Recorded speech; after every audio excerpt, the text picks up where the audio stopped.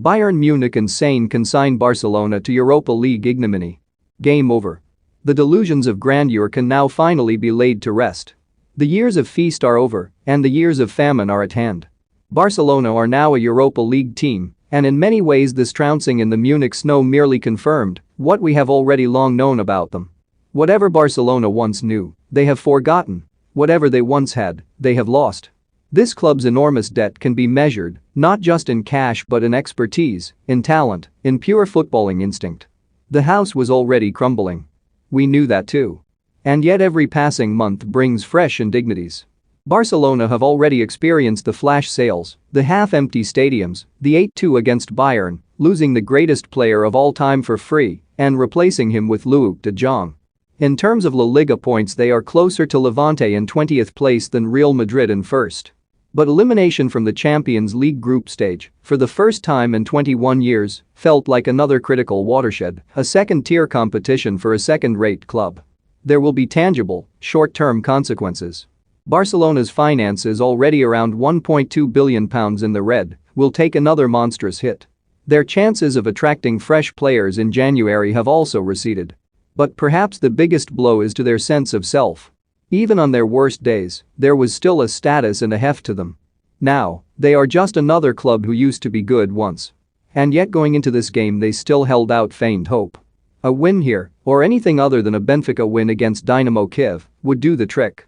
Both their lottery tickets, however, were effectively shredded within the space of 45 minutes, as Benfica ran into an early 2-0 lead in Lisbon and Bayern eased into a 2-goal lead of their own despite never really seeming to get out of third gear. Already qualified, Bayern had vowed to be ruthless. And in the absence of Leon Goretzka and Joshua Kimmich, this was very close to Julian Nagelsmann's strongest starting side. It took them about 20 minutes to work out Barcelona's lopsided 4-3-3, and before long their celebrated front four were feasting on the open spaces behind the full-backs, running at defenders who looked not just outmatched but downright scared.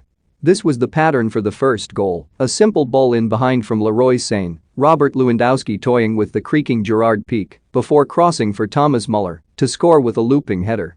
Lewandowski v Pique may once have been a fair fight, but these days it almost feels like blood sport, a striker at his peak against a defender who can barely even remember his peak. Pique is only 18 months older than Lewandowski. Lewandowski and Bayern have done this to far better teams than Barcelona, of course, but there was a sort of sadism to them here, brought into sharp relief by the paucity of Barcelona's ambition. This much was evident late in the first half, when Ousmane Dembele ran forlornly at the Bayern defense, pursued by four red shirts and none of his own teammates, who had stayed well back to catch their breath ahead of the inevitable next surge. Barcelona came with no greater aim than to limit the damage and could not even do that. By then Barca were already 2-0 down, Sané smashing the ball in from 25 yards after neat work by Kingsley Coman on the right. Jordi Alba had succumbed to an early injury, the ethereal Sergiño Dest was withdrawn at halftime, and Xavi's plan of carving Bayern open on the flanks was in tatters. This was only his fifth game in charge, a game he described in advance as a final. Certainly, as Barcelona continued to try playing champagne football with little grapes, it felt like the end of something. Jamal Musiala made it 3-0 after a raking diagonal ball from Lewandowski and a neat cross from Alphonso Davies.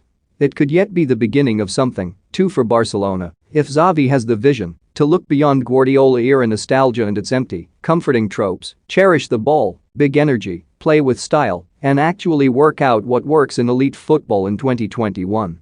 Their midfield has guile but lacks sharpness, their attack has sharpness but lacks guile, their defense is frankly an embarrassment, and often any relationship between the three is entirely coincidental. You could see them trying to work things out as the game leaked away, making their triangles, pressing with purpose, trying forlornly to create